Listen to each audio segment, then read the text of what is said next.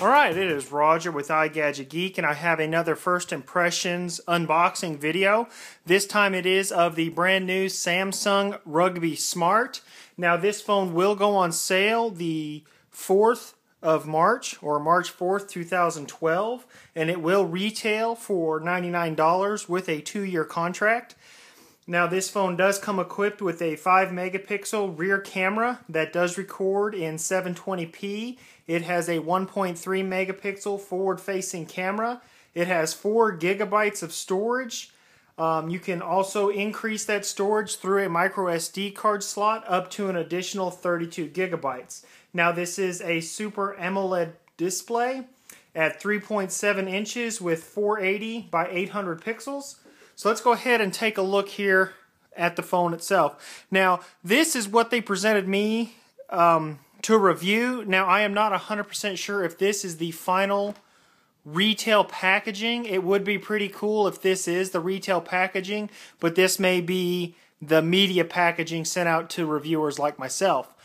But it kind of comes in this waterproof case with this little thing here, and it talks about how this whole case and everything in it is made from recycled materials. But let's go ahead and pop this open and take a look at the phone itself. Of course, you get some information about the Rugby Smart. Of course, you have the phone itself. We'll set that to the side. Pull this box out. Set the main plastic housing aside. And let's see what all it includes in this box. Let's go ahead and get this open.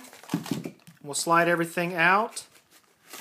We'll see what kind of accessories it comes with. Of course, you get a quick start guide and a warranty manual. Now it also comes with the battery, and it is a 1650 milliamp hour battery. Now with this, it does have a 1.4 gigahertz Scorpion processor, so that should help it to last quite a while with that size battery. And it does run Gingerbread 2.3.6. Of course, you get your USB power outlet here that you can plug into the wall, and has a USB on one end, and then of course you get a standard USB to micro USB sync and charge cable. Let's go ahead and get this battery out of its packaging, and we'll take a look around at the phone and we'll get it powered up. Alright, I am back. I have gotten that battery out of its packaging. Let's go ahead and pull this sticker off and we'll take a look around at the phone. Now on the very back, it does give you some instructions on how to remove this watertight back battery cover. Shows you to take a coin into this little keyhole here, and you want to rotate it, and that actually unlocks the battery door. So then we can remove the battery door. So you can see the battery door itself has a seal on it to create a watertight environment that allows you to take this phone and place it and submerge it without worrying about breaking it. So let's go ahead and get our SIM card popped in and the battery. Okay, I am back. I have grabbed my SIM card. So we want to slide our SIM card in right there. Now, as you can see, this is the location for your SD card. I'm sorry, your micro SD card.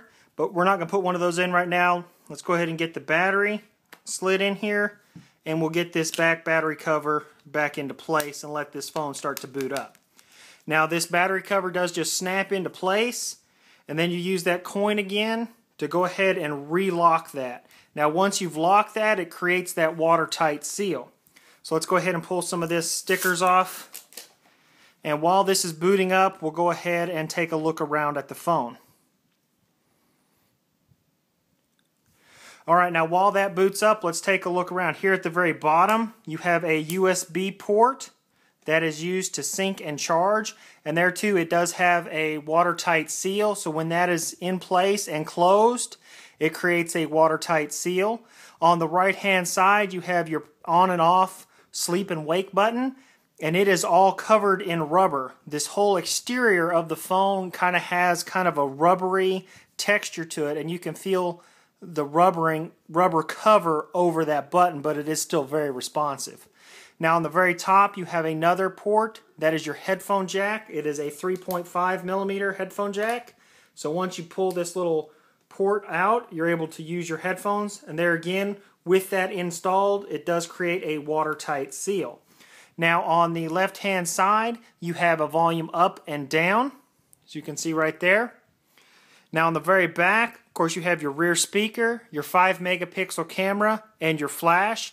and there's your secondary mic, and your main mic is right down there by your sync and charge port. So let's go ahead and skip through most of this setup. Alright, we are back and it has booted up. Now we went ahead and just skipped all of those settings. Now this is a 3.7 inch screen with pretty good resolution. The 480 by 800 at 3.7 inches does give you quite a few pixels per inch. Gives you a 252, so it does have a very nice, pretty display. Being the AMOLED display, the colors are real bright. So you can see we have what looks to be kind of the newer version of the TouchWiz overlay. And with that single core processor, I'm not noticing really any issues of lag. So let's go ahead and go in here to our settings. We'll go down here to About Phone. See, it is running 2.3.6. So we should be able to, if we come up here to Applications, Unknown Sources, we can install those, so you can use secondary app sources without any problems. Let's take a look and see, comes with your standard widgets. It is the newer version of TouchWiz. Alright, that has been my quick first impressions video of the new Samsung Rugby Sport. It goes on sale March 4th. 2012 for $99 with a 2-year contract, and it is one of their new 4G devices running on the HSPA Plus network. And this has been Roger with iGadgetGeek.